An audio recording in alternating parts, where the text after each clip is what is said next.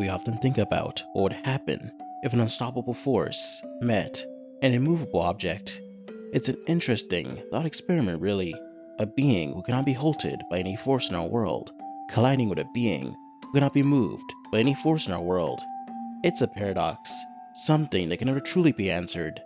But a question of equal intrigue is, what if an unstoppable force faced another unstoppable force? The demigod Heracles and the divine general Mahoraga. Within Fate and Jujutsu Kaisen, both have been seen as unstoppable forces who can change the tide of any battle.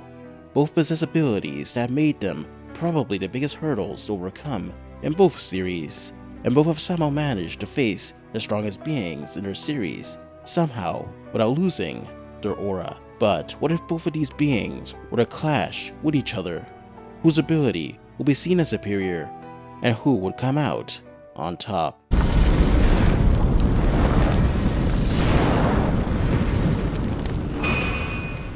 Heracles' ability is known as God Hand, and it's heavily based on the 12 labors he completed in his Greek tales. This is a noble phantasm, and probably one of the most powerful in the Fate universe.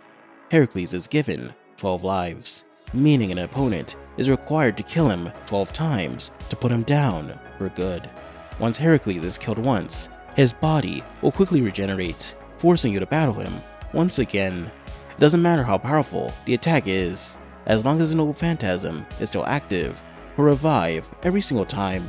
This regeneration is sorta like time reversal on his body. It'll basically return to the state it was before he was killed. However, there's a catch. When Heracles is revived, he gains a 100% resistance to what killed him, meaning the same attack will do astronomically less damage, basically nothing at all.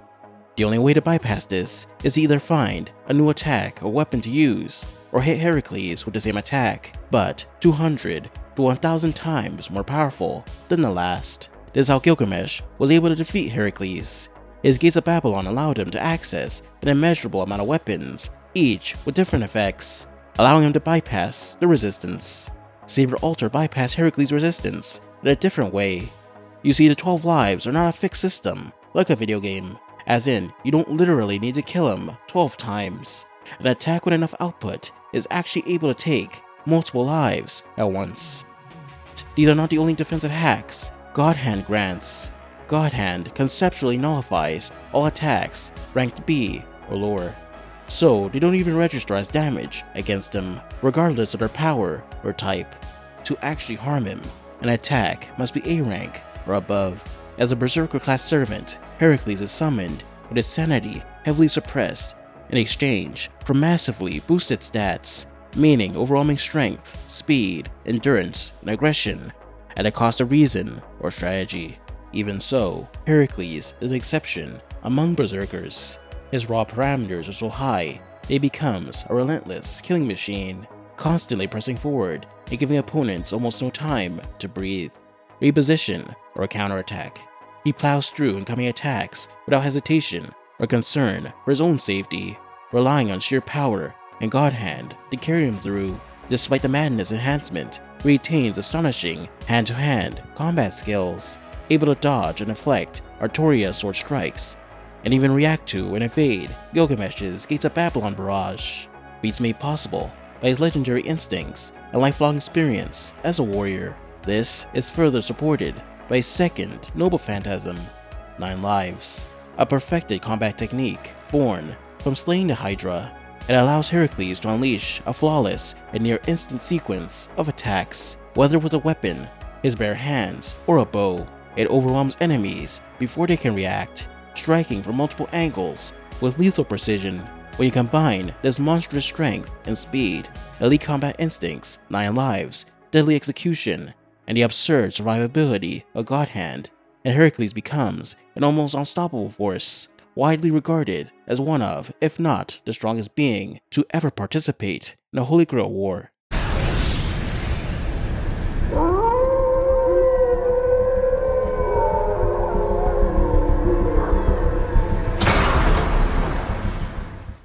Mahoraga's defining ability is adaptation, governed by the rotating wheel above his head. Whenever Mahoraga is struck by a phenomena, the wheel begins to turn. On each rotation, he analyzes and adapts to the specific effect. Early on, this usually manifests as rapid regeneration. Mahoraga can heal from catastrophic damage, even total bodily destruction, as long as the adaptation process had already begun at least once. As he continues to be hit by the same attack, his body and cursed energy gradually change to better withstand it. The damage lessens over time until the technique becomes largely ineffective or outright useless. Techniques with multiple layers or rules require multiple turns of the wheel, with each spin addressing different aspects. Over enough rotations, Mahoraga's adaptation can escalate beyond resistance into true nullification, allowing him to directly counter or break abilities themselves. He eventually resisted the effects of Unlimited Void and Yorozu's Perfect Sphere, and most famously adapted to and bypassed Gojo's Infinity, striking him twice once the wheel had fully processed the technique. Physically, Mahoraga is no slouch either. He possesses immense strength and high combat speed, enough to keep pace, at least briefly, with monsters like Gojo, Sukuna, and Dabura, trading blows and reacting to top-tier techniques.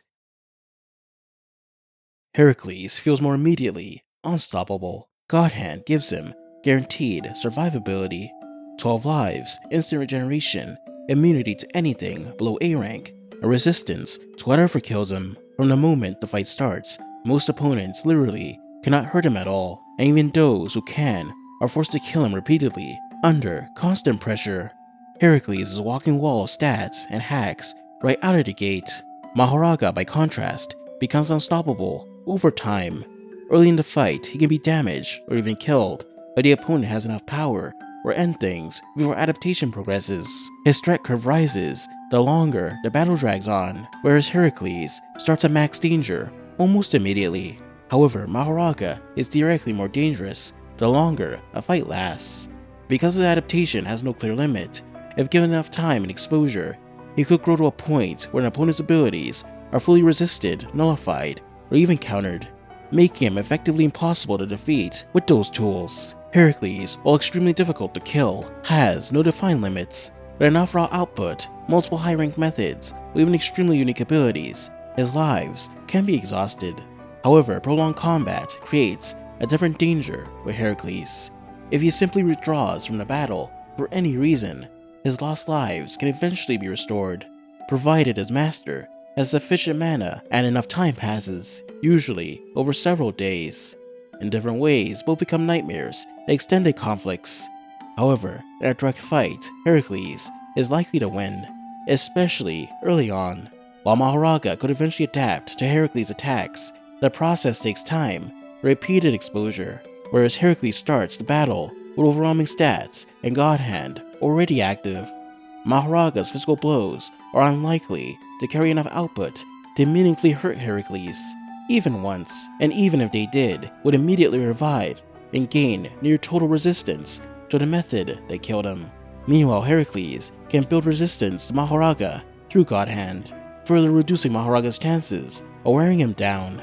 Crucially, Heracles has a clear win condition, 9 lives Blade Works, which unleashes multiple high-powered strikes in a single instant and could obliterate Mahoraga before full adaptation occurs. However, if neither side manages to finish the fight quickly and both fully adapt and gain resistances to each other, the battle would devolve into true stalemate, an unstoppable force colliding with another unstoppable force, with no clear way for either to put the other down.